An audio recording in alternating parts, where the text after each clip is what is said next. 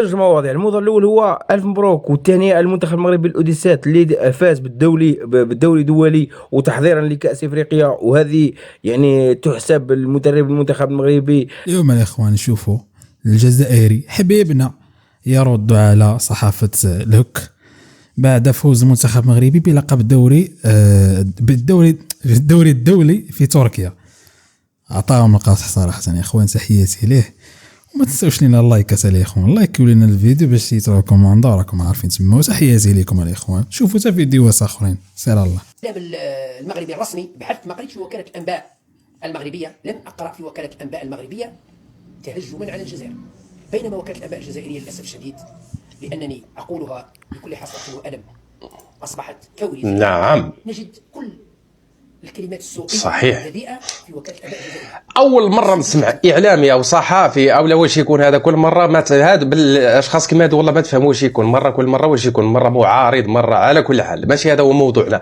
اول مره نسمع جزائري له منصه او له الجمهور يقول كلام الحقيقه. هذه عجبتني في هذا السيد وانا نحترمه منها ابتداء من اليوم. انا نحترم هذا الانسان وهذا الشخص لانه قال واحد الكلام واقعي وكلام منطقي ومعقول.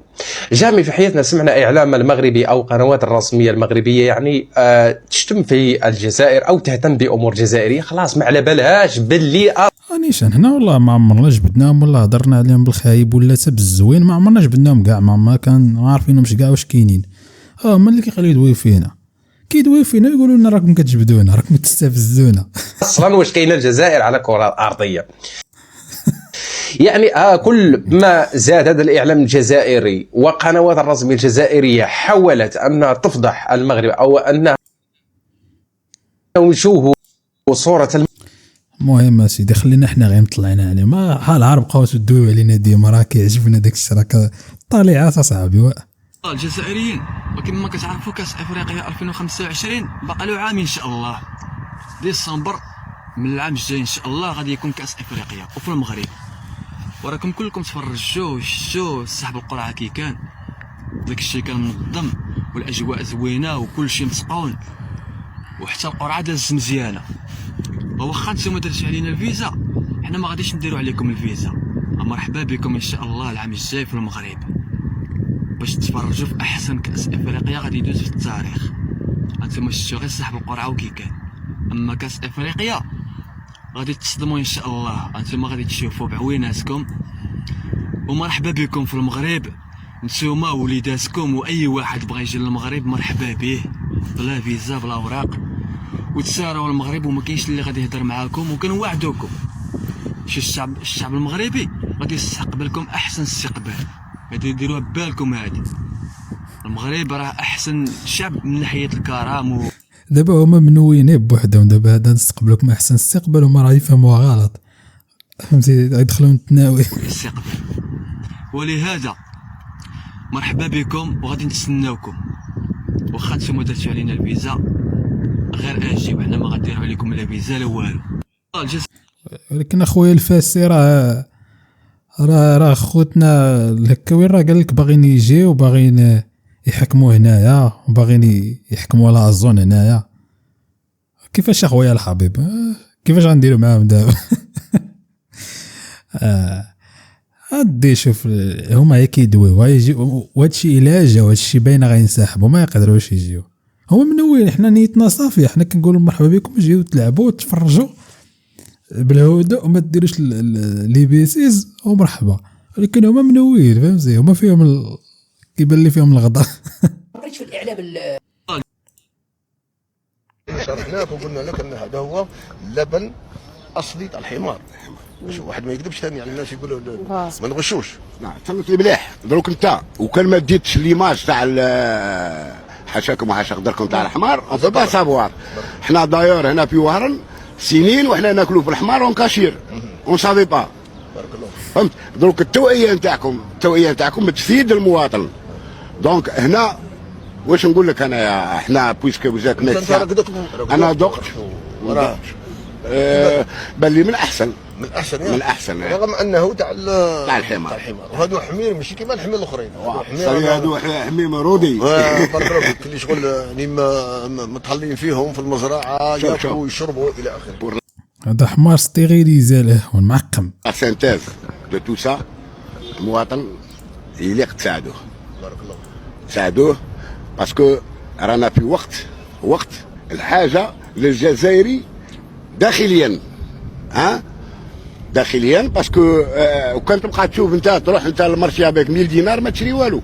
اسمح لي خويا نسمع فيكم. تفضل. اسمع لي انا شفت ندير بيبليسيتي تاع البن ياك، وهذا هو ما شاء الله هو يميل ومن بعد شفت الصوره تاع الحمار. بصح اسمح لي خويا حنا نعرفوا باللي اللحم تاع الحمار وهو كلوه لنا كيما قال خويا بصح حرام، واللبن تاع الحمار حرام. السيد مش عارف انا اسفركم مخلصينه ولا. الله يهديكم خويا مصباح راني نسمع فيكم. الله يهديكم يا ولد البن تاع الحمار حرام السي محمد. الله يهديكم. وهذا راك تسمع عطينا هذه حاجه اخرى. سي محمد هذه راه تاع كيتصنت عليهم. يعني المواطنين كيفاش كل واحد الراي تاعو. حنا نحترموا الرياض. بارك الله. انت دقت. اسمع انت هذا حلال هذا محمد. دروك انت كي راك تقرى له باللي حلال حلال والحرام حلال، حكم عليكم غير ديروا لنا الحمار في البوشي وناكلوه صاي. حلي. بسم الله. سمي بسم الله يا ربي. شرحنا بصحة هذا ليش الاخر كل واحد والراي ديالو. علينا ان نحترم الاراء ديال الناس، كل واحد وشنو كيعجبو يشرب، كل واحد شنو كيعجبو ياكل. شي اللي كاين من حقهم اش غندير. النظام الجزائري حصل الحصله ديال الكلب هذه المره هذه 4 ايام ومصدينا في القنوات ديالهم العلاقات السوريه الجزائريه، العلاقات الجزائريه السوريه من بعد الزياره ديال وزير الخارجيه على الطاف. هما راه صيفطوا الوزير الخارجيه ديالهم لسوريا. ما نقدرش نكمل الفيديو ديال واحد الموسيقى فيها كوبي رايت، غيصدق عاوتاني شاق من حيد عليا. معايا وزير التعليم ما يعرفش يقرا، تصدقوها ولا ما تصدقوهاش؟ في واحد الدوله وزير التعليم ديالهم سمعوا اش قال. جزء كبير جدا من شباب الجزائر المستقلة، بحيث بلغ اليوم عدد الطلبة المتواجدين بمختلف المؤسسات الجامعية 116 مليون و800 طالب، أي 116 مليون و800 طالب، أي الله. السلام عليكم خوتنا، بسم الله الرحمن الرحيم. خوتي هذه موجهه كاع لي زالجيريان خوتنا والناس اللي ربي منا عليها بالخير. راه دخل سيدنا رمضان المعظم، ان الله سبحانه عز وجل قال: شهر رمضان الذي انزل فيه القران هدى وبينات من الهدى والفرقان. اللي خوتي يقدر يدير الخير عاونوا الزغابه، كاين يقول لي بزاف.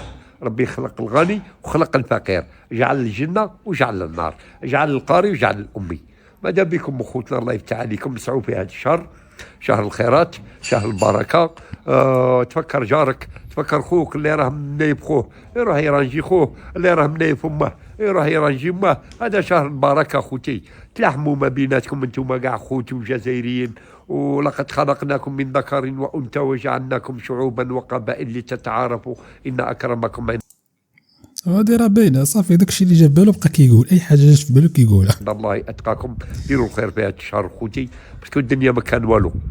يا كم عاش سيدنا نوح 9 قرون و50 عام. لما سالوه راك كتفهم في هذا الشيء، علاش كتجبدنا وتعايرنا؟ علاش؟ وقال لا دخلت من الباب وخرجت من الباب. الدنيا هذه ماهيش طويله خوتي كثيره. فيكتور هيغو قال لك لو موند دي بتي خويا. دير الخير دير نيشان فري نيشان قال لكم فاردينو. غنشوفوا فيديو اخر ديالو. السلام عليكم خوتنا، تحياتنا لكم خوتي. خوتي راني باغي نقول لكم غير حاجه برك، وهذه تبقى عندكم وحسبي الله ونعم الوكيل. بردي مرحبا بالسياحه. القصف يبقى لكن بطريقه علميه. انتوما مرالكا الله يرحم لك الوالدين، ما تهيجنيش هنا عندي في البث باش نقعد نعاير فيك. اي انسان يقيس فيديو تاعي تاع تياحه حسبي الله ونعم الوكيل. ساي خوتي انا تبت توبه نصوحه، لكن القصف يبقى بطريقه علميه خوتي.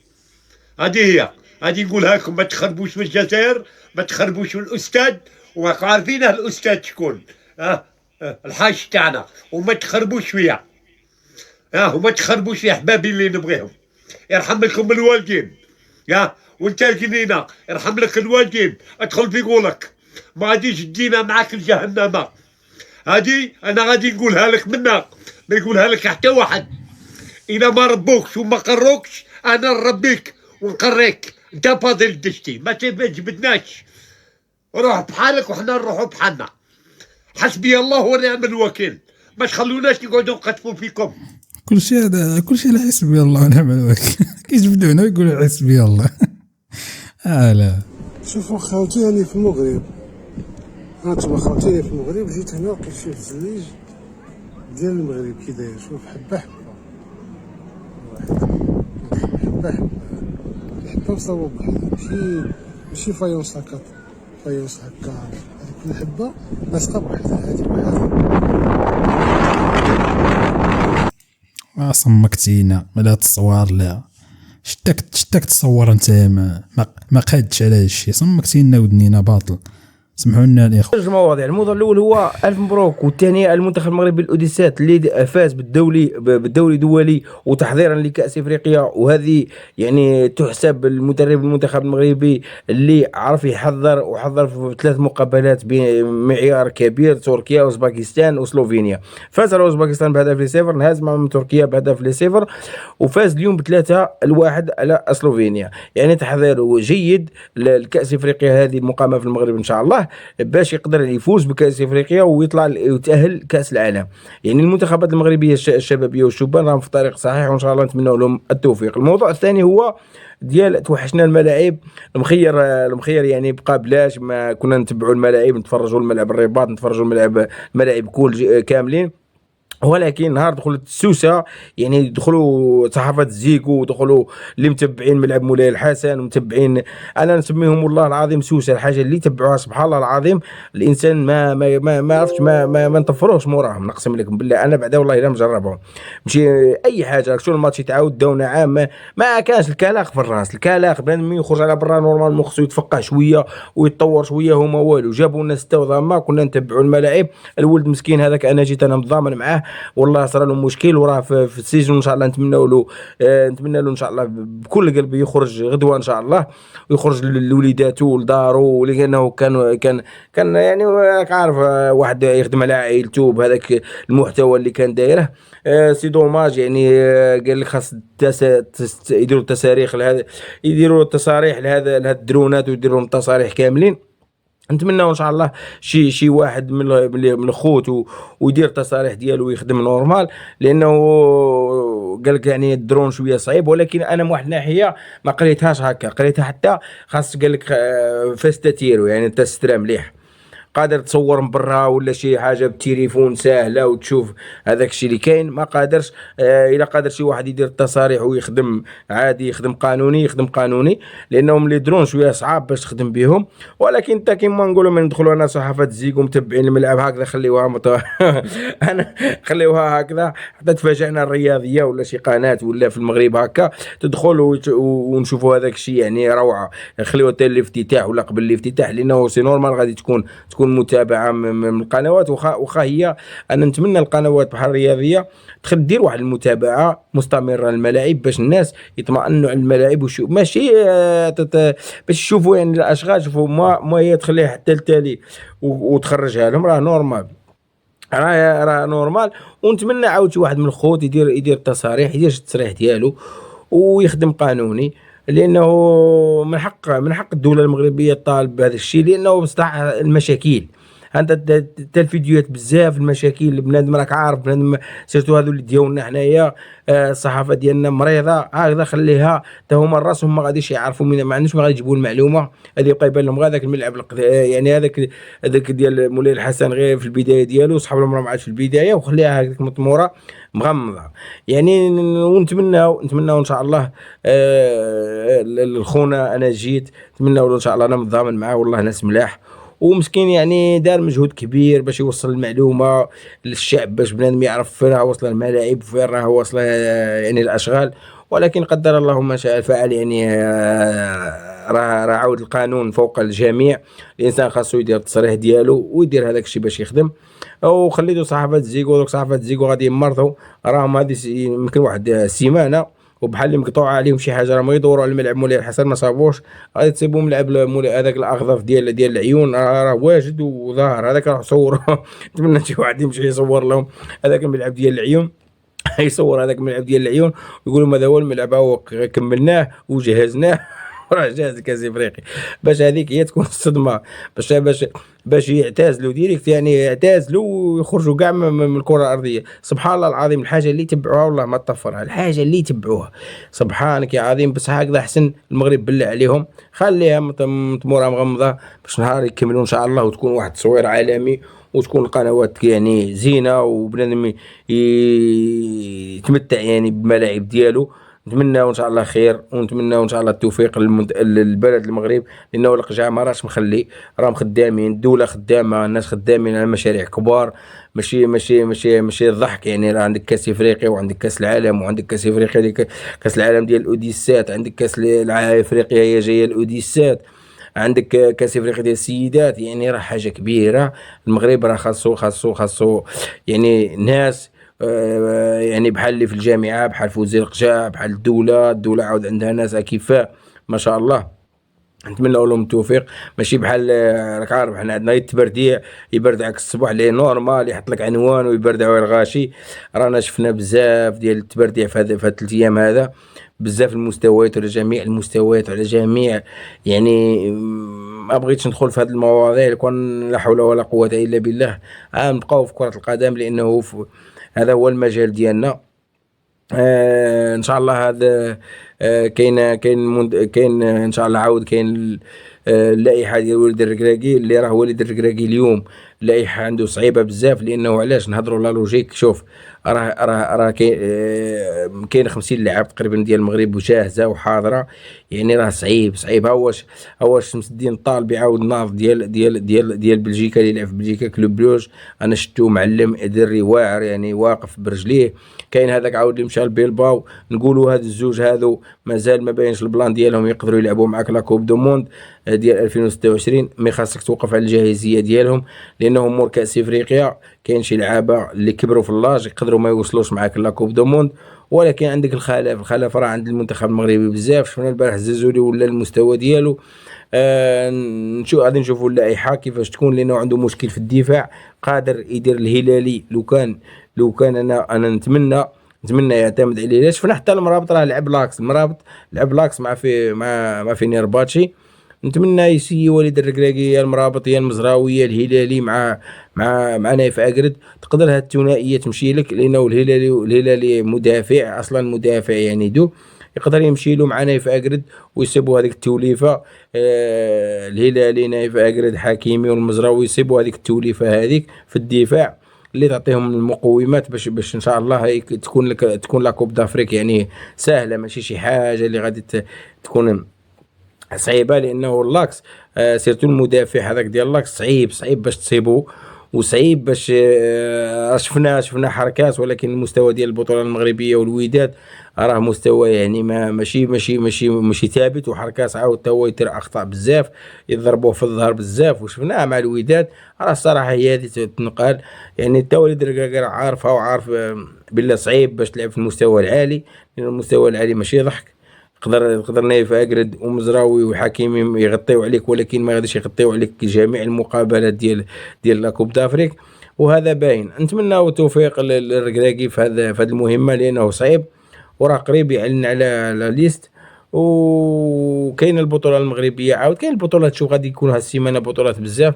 المهم كاين البطوله المغربيه اللي هي راه في الدورات الاخيره ديالها، من الدورات هذه راه مشوقه بزاف. كاين ماتشات يعني في الولا، يعني بركان الزمامره، الجيش، الفتح، وكاين الوداد، شباب محمديه. واخا شباب محمديه يعني فريق يعني هذا المستوى هذا ديالو هذا العام، يعني ما ربح حتى مقابله، عنده 4 ديال التعادلات.